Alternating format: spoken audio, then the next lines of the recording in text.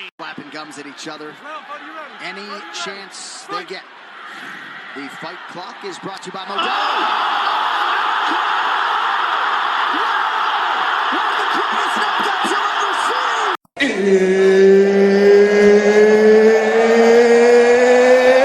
It's time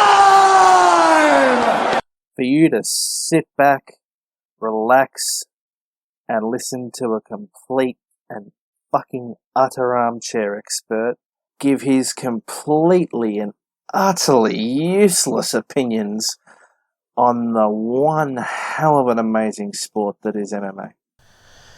I think the whole comments about growth are, they're overdone at this point, let's be honest. Welcome, ladies and gentlemen, to episode 7 of MMA Quick Chat. Now, I mentioned at the end of last episode that I'd sort of covered 3 cards in one.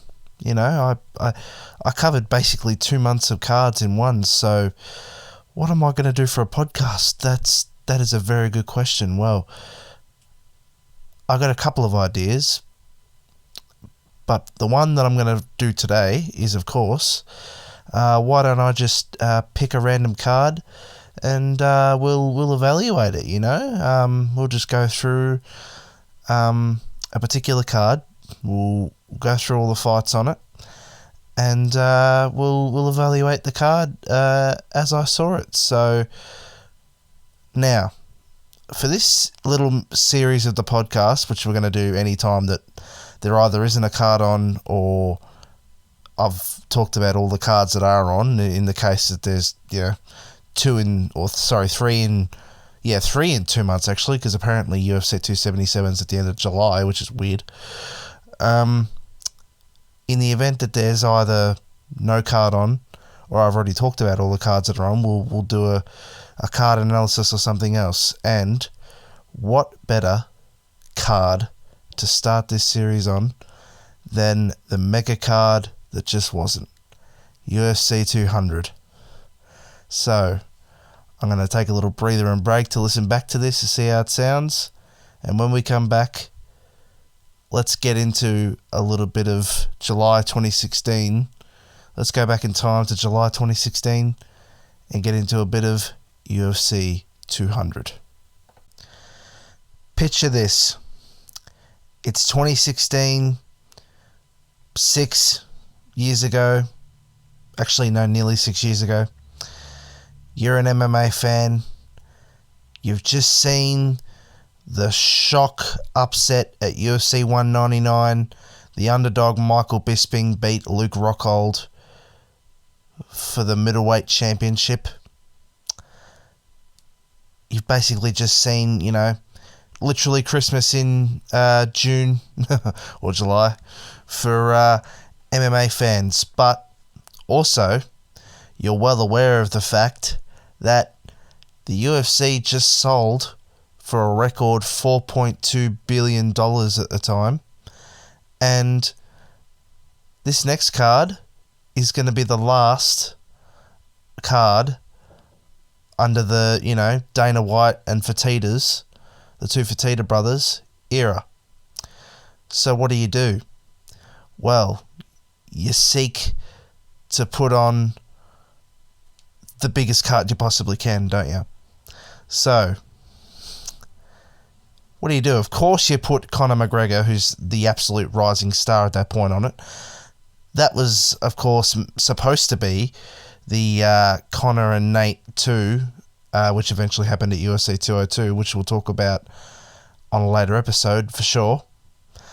That was where it was supposed to be, but of course Conor, as only Conor could, no-showed a press event, and of course it was cancelled and put to moved to another card, which ended up being UFC 202. Then, of course, you had what was supposed to be the rematch or the grudge match between Daniel Cormier and Jon Jones, which ended up being postponed due to Jon Jones popping for PEDs, and all of a sudden, this card is just looking like it's going to shit. But wait. UFC 200 is just the gift that keeps on giving because there's more. After UFC 199, there was a leak on Twitter from that infamous MMA journalist, Ariel Helwani. And what he said shocked the world. Brock Lesnar was going to be coming back to MMA after a 5-year hiatus. He left in 2011, went to the WWE. He's coming back to MMA to fight at UFC 200. He fought on UFC 100, so this just makes sense that he comes back again at UFC 200. And the world at that moment went into more shock than they were when they'd seen Bisping win the title. Because, of course, as we know, prior to Conor, Brock Lesnar had been the UFC's biggest draw and had been on that infamous UFC card, UFC 100, which was, prior to Conor, the biggest drawing UFC card in history. That's a card we'll definitely talk about. I've got the poster it up in my room. And for him to come back on UFC 200, had all those other fights been on there, would have been huge. It would have made that probably the biggest card in UFC history to date. But of course, it was leaked, and it wasn't supposed to be because it was done in secret, and of course the UFC was furious. And yeah, so they were the events leading up to it. So we get to July 9th at T-Mobile Arena in the fight capital of the world, Las Vegas, Nevada, July 9th, 2016. Nearly 6 years ago now. It's crazy. It's honestly crazy. So what happened? What happened on that day? Well, you still had some, it says right here, DC versus Jones cancelled. I'll bet if I kept going it would say, what do you call it? Conor versus Nate cancelled. Although that wouldn't have been in the, no way that would have been in the bloody prelims. But let's have a look at this card, shall we? Go to the UFC website because that's the most reliable one.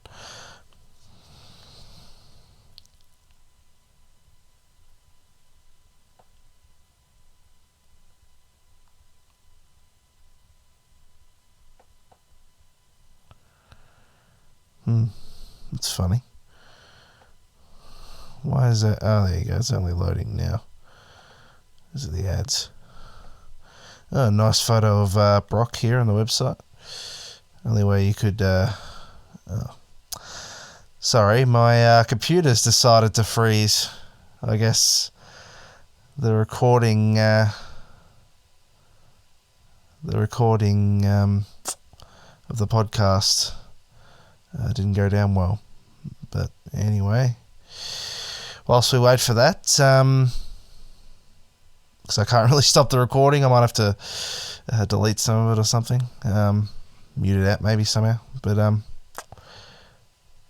there we go, we're back. All right, alrighty, we're on there now. Who was on this card? That's the main card.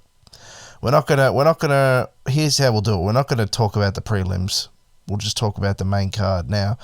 You got Cain Velasquez, the dude who'd beat Brock Lesnar to a pulp 6 years prior, against Travis Brown in this card. He gets the dub. It's what would that be? That would be nearly the end of round one.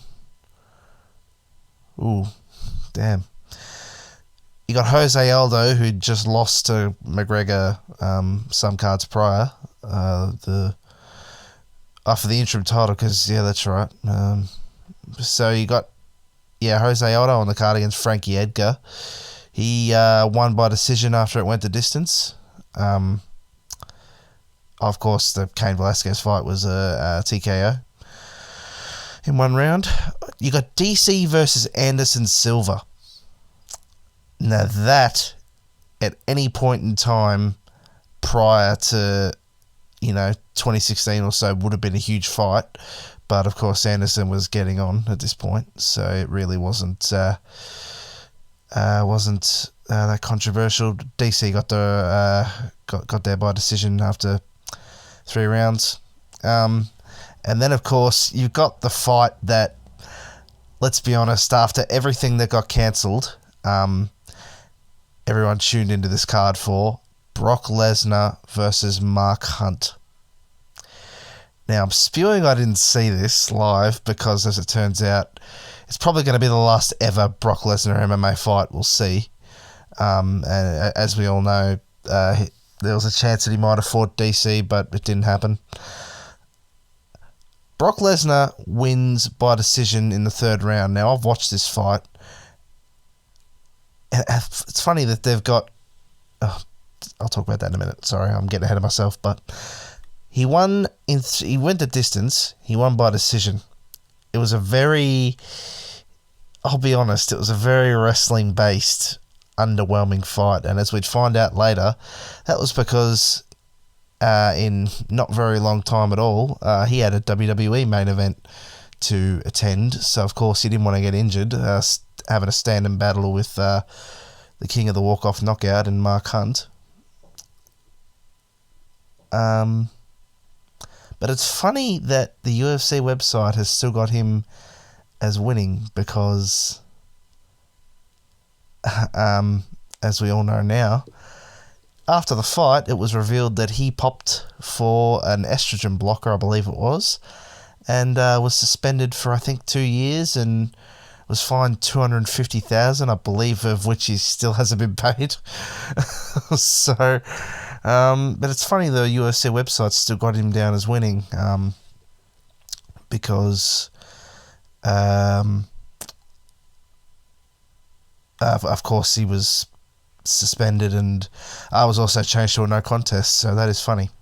Should also add as well that I'm guessing part of the deal to get him back was to run WWE SummerSlam ads on the broadcast, because that particular fight, or that particular fight card, is the one and only time that I've ever seen WWE ads run on a UFC card. It has never happened since. So, yeah, I'm guessing that's part of the, movers and shakers deal that Vince McMahon and Dana White and or the Fertittas did to get the Beast Incarnate to come and fight for him at UFC 200.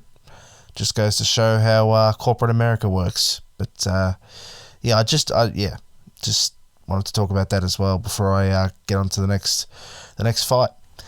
But now, the main event, which ended within 2 minutes of the first round. Miesha Tate versus Amanda Nunes. Amanda Nunes won by sub for the bantamweight title. Now, that was a very drawn out recording. Recorded for 9 minutes, and half of it I wasn't even talking about the card for. So I do apologise for that. Windows can be a prick sometimes. But what are my overall thoughts on the card? It was going to be huge, of course. The last hurrah for the Fertittas. Dana wanted to go all out for it, as you could see. He put some huge fights on them, but of course, for one reason or another, they didn't materialise. And really, it is a shame because, this card was meant to be so big that they made the octagon gold for it. They really went all out, Dana really went all out for the Fertittas on this one, and unfortunately it just didn't come to fruition, and it's a shame. I reckon had Conor Nate 2 and DC Jones 2 bet on this card, I think it did, I was just looking on Google, it did just a tad over $1 million pay-per-view buys. It would have been much bigger. It would have been closer to 1.6, 1.7 probably. If Conor had been on it. So yeah, man, it's a shame. It's a shame it wasn't bigger than it was, but because Brock Lesnar, Conor McGregor, and Amanda Nunes, DC Jones, it could have been a huge card, but it wasn't really, and it's a shame. But Like some cards do, a lot of things just started going wrong early, and that's MMA, unfortunately. Things happen. Not everything goes to plan, as we saw with UFC 274, which I've talked about. But anyway, guys, that's probably going to be about it for this one. Just a nice little short episode. Reviewing the main card of UFC 200. Anyway, that's how it's going to be. I'm not going to review the prelims or anything because I don't watch the prelims in the fights I watch anyway. For these card analysis, I'm just going to review the main cards and what I think of some of the fights anyway. And because in the case of UFC 200, I think I've only watched the Brock fight. That's about it. But yeah, I'll review the cards overall and review the fights, and that's how we'll do it. But yeah, obviously a UFC fight card this weekend. I'm going to be watching with my mate out at the pub, and of course next month's going to be a huge card, UFC 274. Christmas in July for us MMA fans, as I've already talked about, which I'm looking forward to. But yeah, how the hell are we up to this? Is UFC 200 6 years ago nearly. This is nearly 6 years ago. UFC 200 I'm talking about. How the hell are we at UFC 275? It won't be long before we're at UFC 300. Like, far out. That's crazy. It's crazy to think it was so long ago. The card I'm talking about, wow. It all feels like yesterday to me. It feels like yesterday, Conor was having the fans flying down from Ireland and he was beating Nate Diaz and becoming the double champ and blah, blah, blah. It's crazy. It really is crazy. It's so long ago, but it feels like yesterday. Anyway, guys, that's going to be about it for this one. Don't know what the next one's going to be. Might be another card analysis. Could be something else.